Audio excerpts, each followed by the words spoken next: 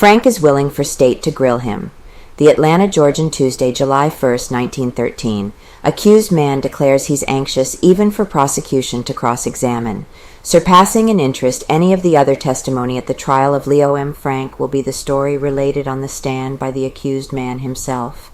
That Frank will make a detailed statement of his movements on the day that Mary Phagan was murdered is regarded as one of the certainties of the trial.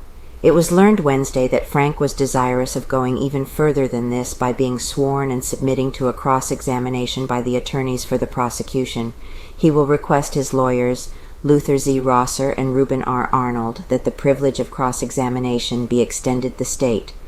The defense consistently has refused to divulge any of the details of its plans for the trial, and for this reason it is impossible to say positively that Frank will be cross-examined.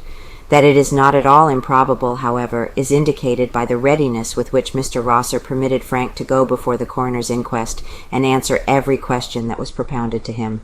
"I was so convinced of his innocence," said Mr. Rosser at that time, "that I didn't hesitate an instant in giving consent to any sort of an examination that they might give him.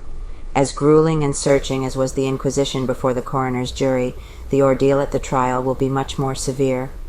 At the inquest, Frank was interrogated by a coroner who was merely seeking enough evidence to warrant the holding of Frank, along with Newt Lee, to the grand jury. At the trial, Frank will be confronted by two trained and hostile lawyers who have announced their conviction that he is the man guilty of the murder of Mary Phagan.